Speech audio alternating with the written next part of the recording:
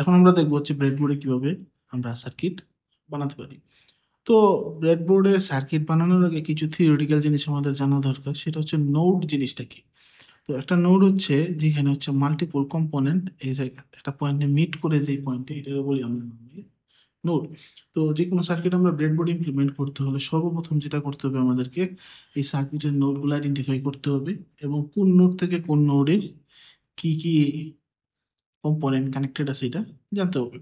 তো আমরা যদি এই সার্কিটটা দেখার চেষ্টা করি, ঠিক আছে, এই সার্কিটে এখানে এই একটা ব্যাটারি বা পাওয়ার সাপ্লাই দেওয়া আছে, রেজিস্টর দেওয়া আছে, এখানে একটা রেজিস্টর আছে টোটাল। তো পাওয়ার সাপ্লাই R1 R4 এই তিনটা রেজিস্টর একটা পয়েন্টে মিট করছে, তাহলে এটা কি হবে, একটা নোড হয়ে যাবে। সিমিলারলি এখানে R4 R2 R3 একটা পয়েন্টে মিট করছে, এটা কি হবে, আরেকটা নোড হবে। আবার এখানে সবগুলা এই R1 R2 R3 রেজিস্টর আর হচ্ছে পাওয়ার সাপ্লাইটা একটা পয়েন্টে মিট করছে, এটা হয়ে যাচ্ছে কি আরেকটা নোড। তো টোটাল তিনটা নোড আমরা পাইলাম। তো সর্বপ্রথম নোডগুলো আমরা নাম্বার করতে পারি। নাম্বার সার্কিট ইমপ্লিমেন্ট করার ক্ষেত্রে নাম্বার যে কোনো নাম্বার দিলেই হবে, এখানে নাম্বারিং এ কোনো নেসেসিটি নাই যে একটা স্পেসিফিক নাম্বার দিতে হবে। ধরলাম আমরা এটা 1 নম্বর নোড, এটা 2 নম্বর নোড, এটা 3 নম্বর নোড। এখন দেখতেছি কি আমরা সার্কিটে 1 নম্বর নোড এবং 2 নম্বর নোডের মাঝখানে একটা ব্যাটারি বা পাওয়ার সাপ্লাই আছে। সিমিলারলি 1 নম্বর আর 2 নম্বর নোডের মাঝখানে কি একটা রেজিস্টার আছে আর 1 নম্বর আর 3 নম্বর নোডের মাঝখানে একটা রেজিস্টার আছে R4। 3 নম্বর আর 2 নম্বর নোডের মাঝখানে দুইটা রেজিস্টার আছে R2 R3। এই দুইটা রেজিস্টার কি আছে, প্যারালালি কানেক্টেড আছে। তাইলে এখন আমরা এই সার্কিটটা ব্রেডবোর্ডে ইমপ্লিমেন্ট করার ট্রাই করি।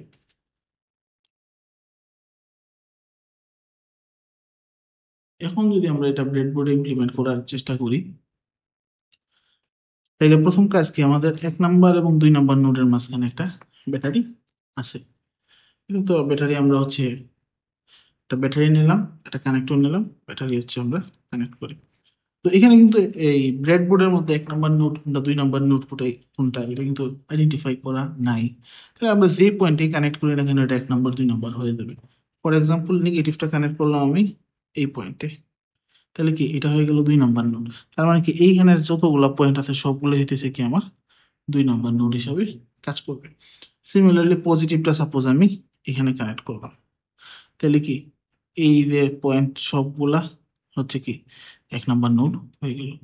এখন কি নেক্সট 1 আর 2 নম্বর নোডের মাঝখানে একটা রেজিস্টর আছে, তাহলে আমরা চাইলে কি 1 নম্বর আর 2 নম্বর নোডের মাঝখানে রেজিস্টরটা কানেক্ট করতে পারি। ঠিক আছে, হয়ে গেল। এরপরে নেক্সট কি, নেক্সট হচ্ছে আমাদের 1 নম্বর আর 3 নম্বর নোডে একটা রেজিস্টর লাগবে। তো 3 নম্বর নোড তো আর আইডেন্টিফাই করা নাই, একটা রেজিস্টর 1 নম্বর নোডে কানেক্ট করলাম। এরপরে হচ্ছে আমরা নেক্সট যে কোনো একটা পয়েন্টে দিলেই এটা কি আমরা ধরে নিলাম এটা হয়ে গেছে আমার 3 নম্বর নোড। তার মানে কি এই পুরাটা হয়ে গেছে কি আমার 3 নম্বর নোড। নেক্সট হচ্ছে কি 3 নম্বর নোড আর 2 নম্বর নোডের মাঝখানে দুইটা রেজিস্টর আছে। তার মানে আমরা 3 নম্বর নোড থেকে 2 নম্বর নোডের রেজিস্টর টান দিতে হবে। এখানে 3 নম্বর থেকে ডিরেক্ট এখানে 2 নম্বর পর্যন্ত আমরা এরকম উইদাউট এনি ওয়্যার কানেক্ট করতে পারি, এরকম দুইটা।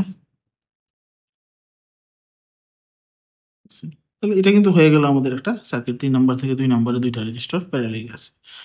ঠিক আছে, তাহলে রেজিস্টার কি, এটা হচ্ছে আমাদের R1 R2 R3 আর এটা হচ্ছে আমাদের R4। এখন এখানে একটা জিনিস খেয়াল রাখতে হবে যে অনেক সময় এখানে আমাদের কোনো তার ছাড়া কানেকশন দিয়ে দিতে পারছে, অনেক সময় দেখা যাবে যে তার ছাড়া কানেকশন দেওয়া যাচ্ছে না, তার লাগবে, তার কিভাবে কানেক্ট করতে পারি। বা অনেক সময় দেখা যেতে পারে কি এটা দেখে অনেক সময় নতুন স্টুডেন্ট যারা নতুনরা হচ্ছে নতুন ভাবে কাজ শুরু করতেছে বুঝে না যে এটা এটা এই ফিজিক্যাল সার্কিটের সাথে আর থিওরিটিক্যাল সার্কিটটা ম্যাচ করতে পারে না। তো সিমিলার দেখতে যদি আমরা সার্কিট বানাইতে পারি তাইলে জিনিসটা দেখতে সুন্দর হয়। সো এইরকম যদি করতে চাই তাহলে আমরা কি করতে পারি, R2 R3 রেজিস্টারটা সরাই আমরা ঠিক নিচে নিচে দিই যদি, তাহলে কি এই পয়েন্ট দুইটা তো কানেক্টেড না, এটা এটা কি আমাদের সার্কিটে হচ্ছে একসাথে একটা সিঙ্গেল নোড কানেক্টেড, বাট এখানে কানেক্টেড না। সেক্ষেত্রে আমরা কি করব, একটা এডিশনাল ওয়্যার দিয়ে, এটা তার দিয়ে এই দুই মাথা কানেক্ট করে দিতে পারি। ঠিক আছে, সিমিলারলি নেক্সট R4 কি হবে, এখান থেকে এখানে নামাইলাম, তাহলে এগুলা কিন্তু কানেক্টেড থাকার কথা।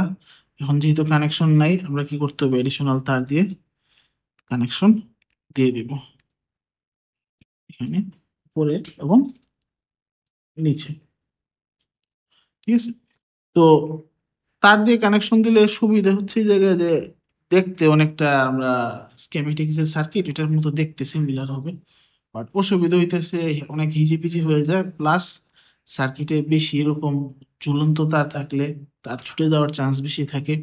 এবং হচ্ছে এই তার থেকে হইতেছে আহ, আমাদের নর্মালি বেসিক ইলেকট্রিক্যালের জন্য বেসিক ইলেকট্রিক্যাল সার্কিটের প্রবলেম না হইলেও যখন আমরা হচ্ছে অ্যাডভান্স কোনো ইয়েতে যাব, মানে সিগন্যাল অ্যানালাইসিসে গেলে দেখা যায় সিগন্যাল গুলো ডিস্টোর্ট করে ফেলতে পারে। তো এর জন্য তার যতটুকু সম্ভব কম ইউজ করতে পারাটা ভালো। এছাড়া আরেকটা জিনিস আমি বলতে বলে রাখতে চাই যে সার্কিট যে আমার মতো এক্স্যাক্টলি সেম হবে অনেকে অন্যরা বানাইলে সেম না। আমি যদি মাল্টিপল টাইম বানাই সার্কিটটা দেখতে একটু ডিফারেন্ট হইতে পারে, কারণ অ্যাজ লং এজ আমাদের হচ্ছে নোড গুলা ঠিক মতো কানেক্টেড আছে, সার্কিটটা ঠিক থাকবে। একসাথে 10 জন স্টুডেন্টকে যদি আমি কাজ করতে দিই, 10 জনের 10 সার্কিটটা 10 রকম হইতে পারে। ঠিক আছে, এটা কোনো সমস্যা না, অ্যাজ লং এজ নোটগুলা ঠিক মতো আছে, মানে note note to note connection যেগুলো আছে, কোন কোন রেজিস্টার কোন কোন পাওয়ার সাপ্লাই কানেক্টেড থাকার কথা, কোন জায়গায় ওটা কানেক্টেড থাকলে দেখতে ডিফারেন্ট হইলো সার্কিটটা কারেক্ট হবে। তো আমি কয়েকটা সার্কিটের হচ্ছে ছবি দিয়ে দিব নেক্সট, যেগুলো হচ্ছে তো সবাই প্র্যাকটিস করতে পারবা। ধন্যবাদ।